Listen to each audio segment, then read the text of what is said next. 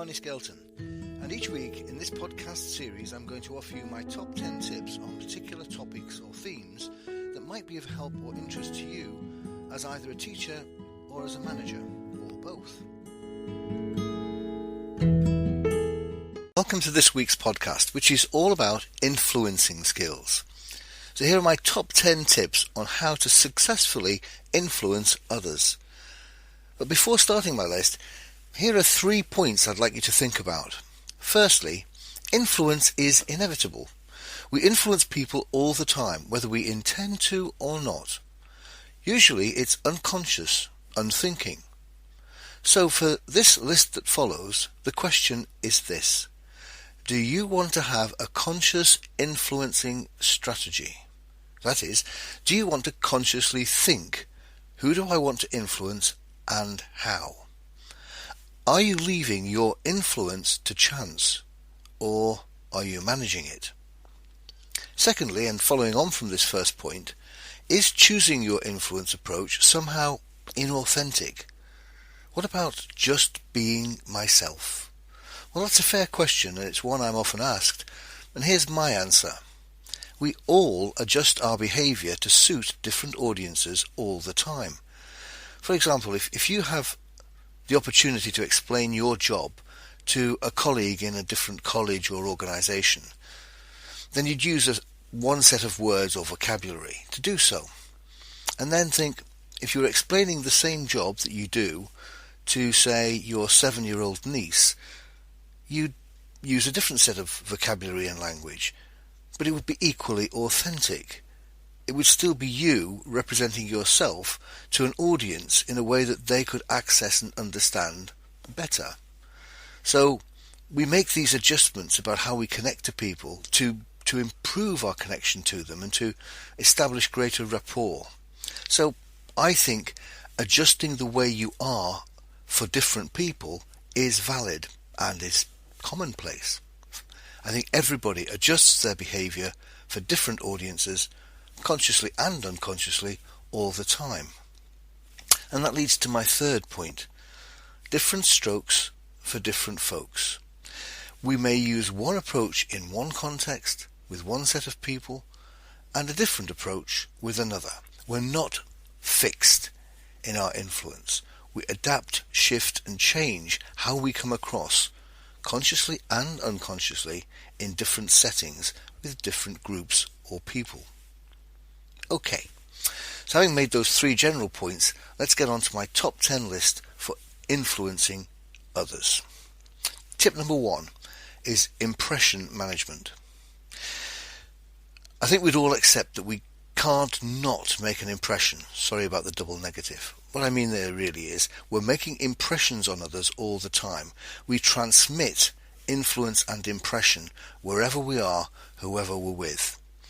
So making an impression is the engine room of influence. Everything flows from how we present ourselves moment to moment. And when you break it down, there are really only 3 impression points that all of us have. So we transmit an impression of ourselves through 3 outlets: how we look, how we sound, and how we act or behave. So those can be summarised as LSA: how we look, how we sound, and how we act. So, if you look friendly most of the time, and you sound friendly, and you act or behave in a friendly way, then you're going to create an impression of being friendly to other people. That's how it works. So how you look, how you sound, and how you act over time becomes your identity, your ID, your brand. So what I suggest you do is think of 3 to 6 characteristics that you would like to be known for, be known by. Here's Arnie. He's what? He's friendly. He's energized. He's consistent. He's knowledgeable. Whatever it is you think you would like to transmit to others as a sort of reputation of self, then think of the words that would describe the way you want to be. And then think about how can you look that word, how can you sound that word, and how can you act that word. And that's it. So your consistent LSA over time becomes who you are in other people's eyes. And here's the thing.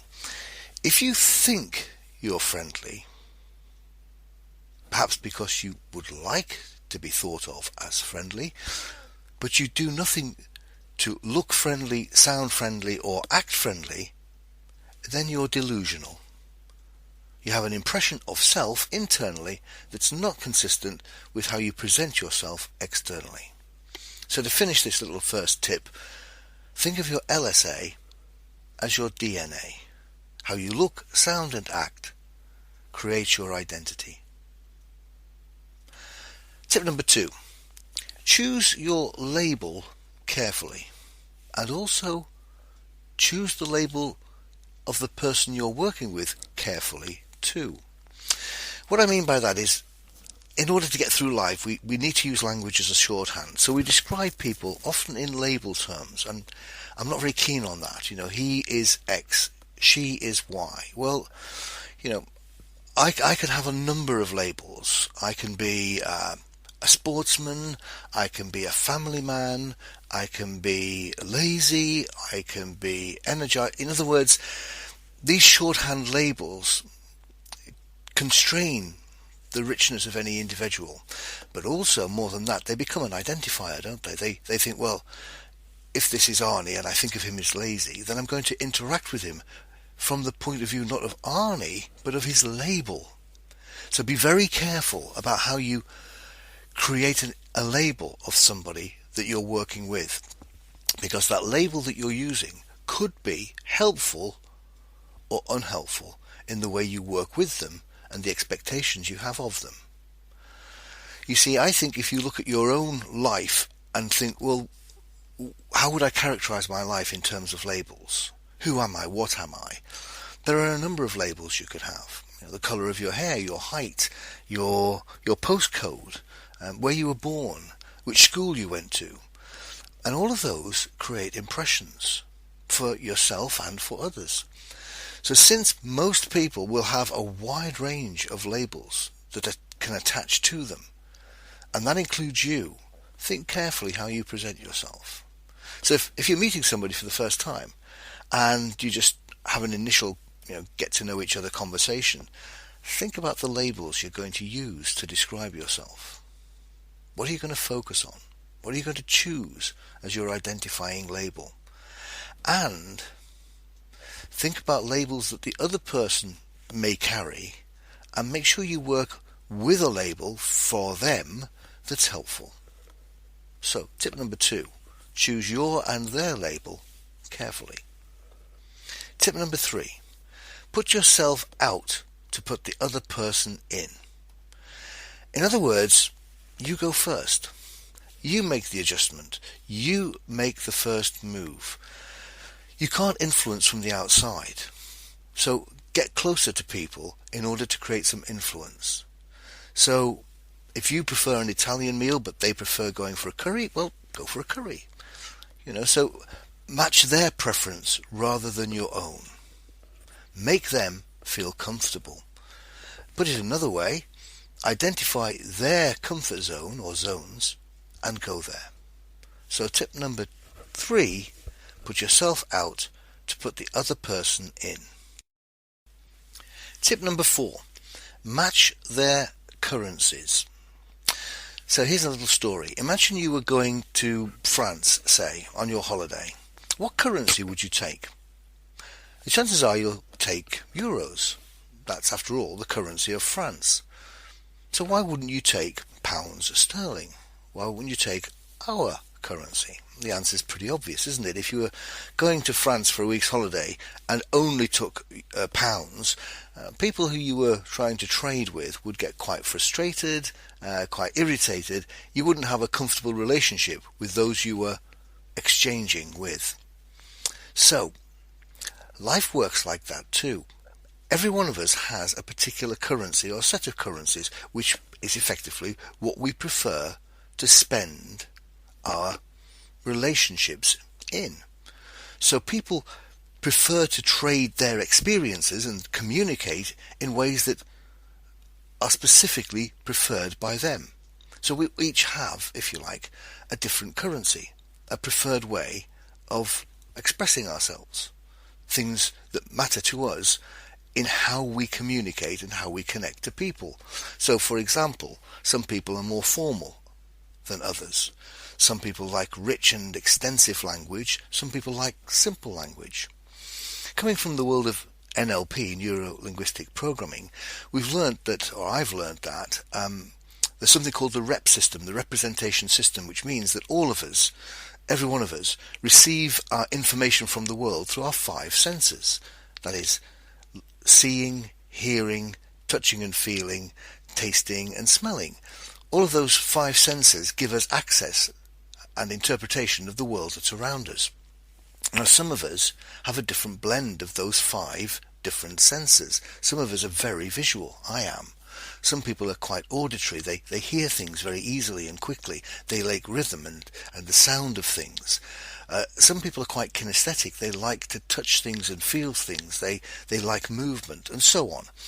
So if, for example, you knew that I was visual, which I am, and you present to me visually, I'm much more likely to listen and to observe and to understand, because you are matching my currency.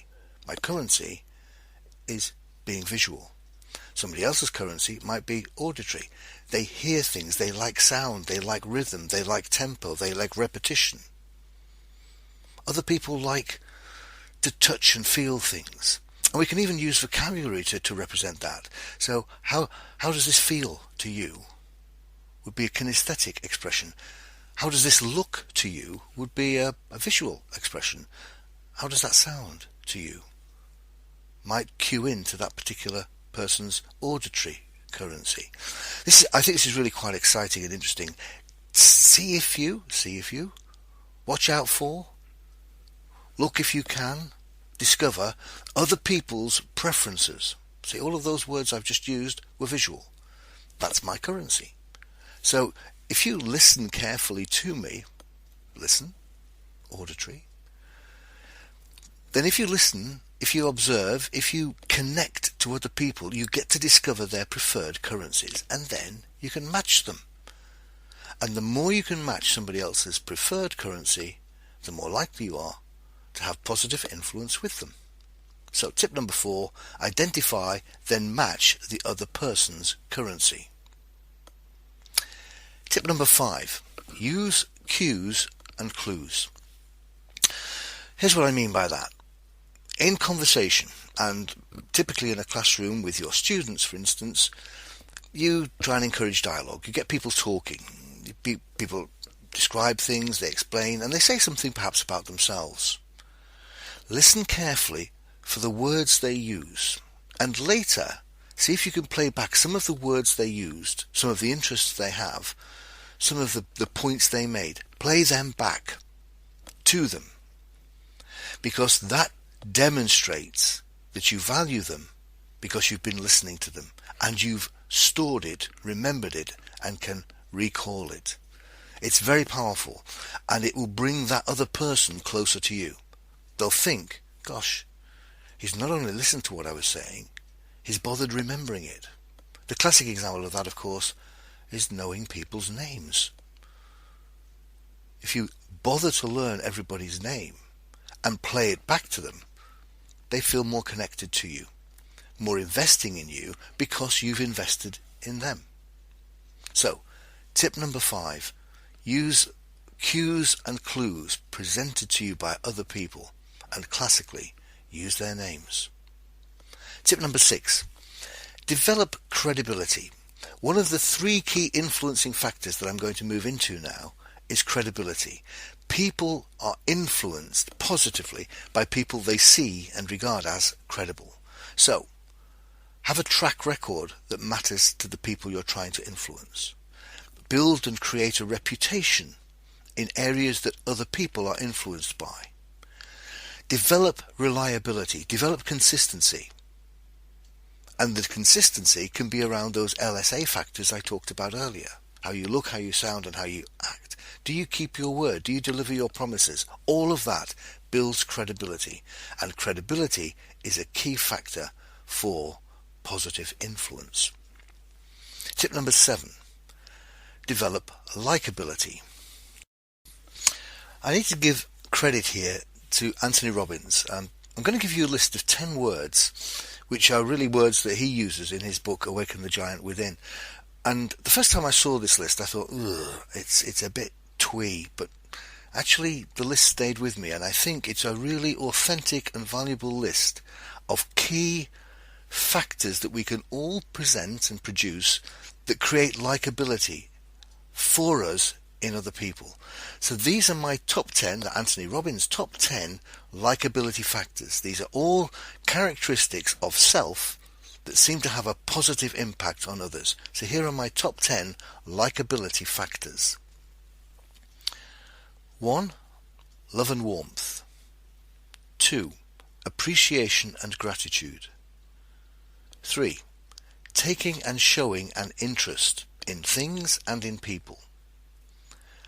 4. Excitement and passion. 5. Determination. 6. Flexibility and adaptability. 7. Confidence. 8. Cheerfulness. 9. Vitality. And 10. Making a contribution. So let's just pick some of those at random. Determination. People are impressed by people who are determined, who don't give in easily, who push on and persist. Cheerfulness. People tend to respond positively to people who are generally cheerful, happy, sweet and pleasant and sunny disposition. We tend to warm to such people. Making a contribution. We tend to like people who put the hand up to make an effort and volunteer and help out. We like people like that. We respect them.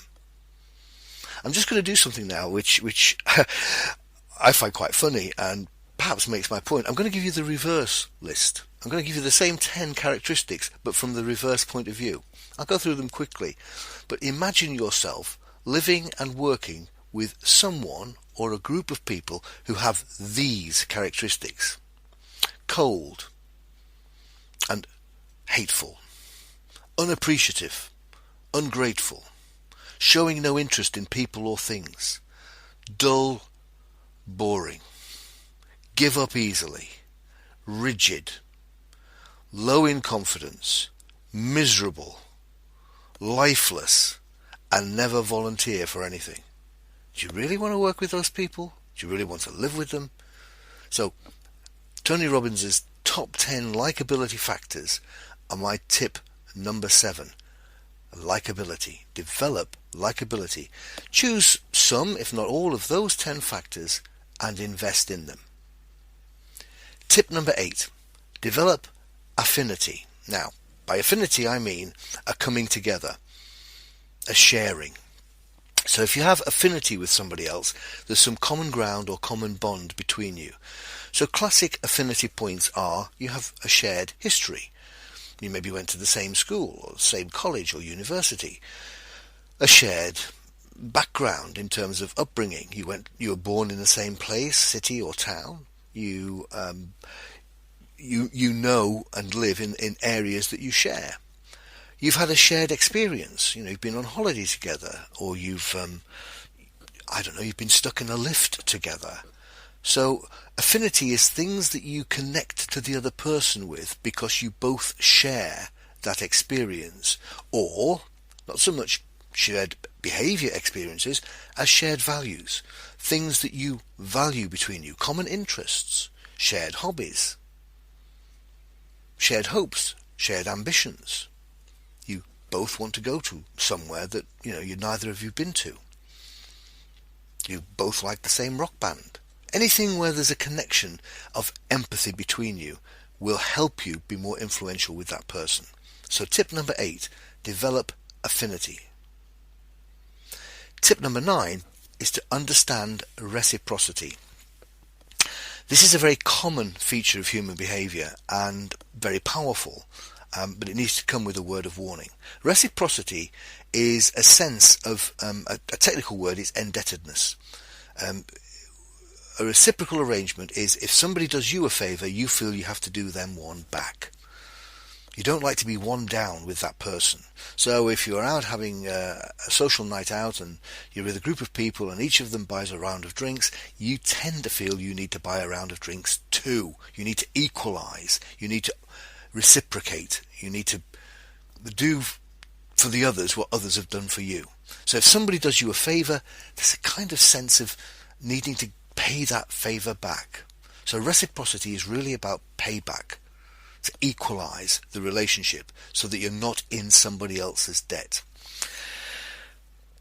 Here's the problem with reciprocity. There are some people who will deliberately create indebtedness, who will do you a favour in order to create that pull from you to give something back.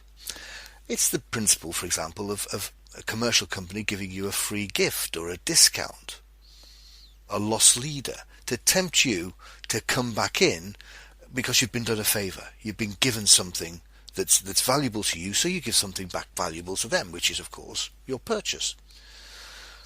So a lot of people will feel, and I think quite rightly, uncomfortable with being one down, which is why, of course, you reciprocate. So what can we do about that? If somebody gives you or offers you a favour, well, the first thing to remember about reciprocity is it could be absolutely genuine. Somebody is just being helpful and generous. So don't automatically think, I am now in debt. Somebody's just been generous. Somebody's just been helpful. Have you ever been helpful and generous to somebody else without wanting anything in return? But do understand, if you are a generous person and you do favours to people, some people will feel obligated by that. It's perhaps sad, but it's true. Reciprocity is a very powerful emotional drive to equalise out any sense of debt. So, if you feel indebted, if somebody has done something for you and you feel you need to equalise, then resist it. Treat anything that's been given to you as a gift. It doesn't need to be reciprocated. And in fact, if somebody has given you a gift and they mean it to be a genuine gift with no payback required, then in a sense you kind of demean that gift, don't you, if you insist on compensating and reciprocating. So be prepared to not have to reciprocate to a gift. And secondly, if you are being generous, if you're the gift giver, understand that somebody else may want to equalise and you don't want them to equalise. Then the best thing to do is to say, well, I don't know, if you need to pay me for that and I don't really want to be paid, but I understand you want to pay, put a donation to your favourite charity. Don't encourage people to continue squirming in the desire to reciprocate. Try and close it off by saying, I tell you what, just make a donation to charity. Here are 2 tickets for a football game. I know you're a fan of that. I've got 2 tickets. I can't go. Here you are.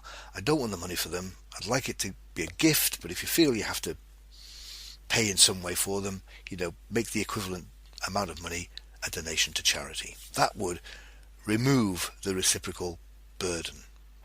So understand reciprocity. That's tip number 9.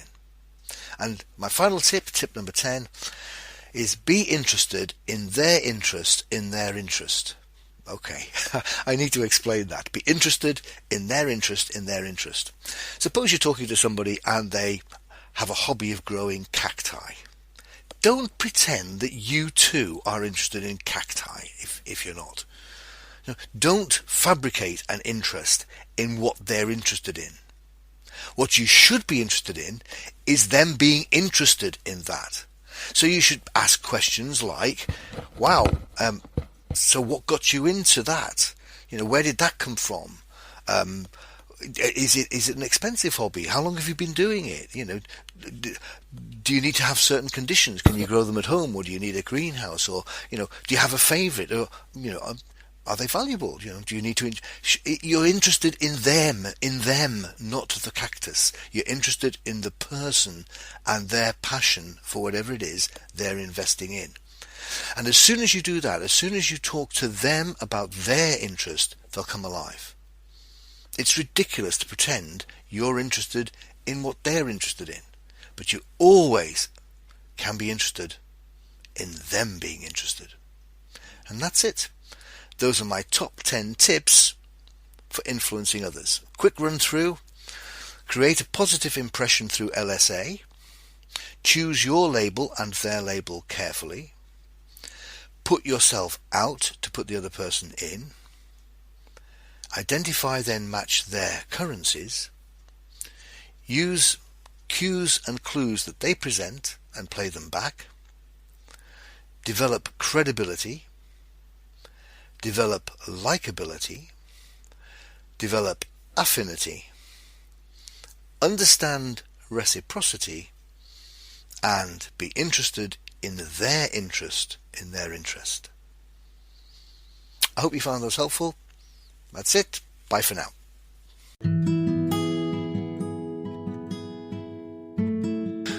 Thank you for listening. If you've enjoyed this podcast, make sure you subscribe. You will still get the podcast for free, but you will also get an alert to let you know when the next podcast is available. And please recommend the podcast to anyone else you think might like it and benefit from it. Also, I'd really appreciate it if you could leave a review and any other comment, because they'll help promote the podcast series on the relevant platform. So, bye for now.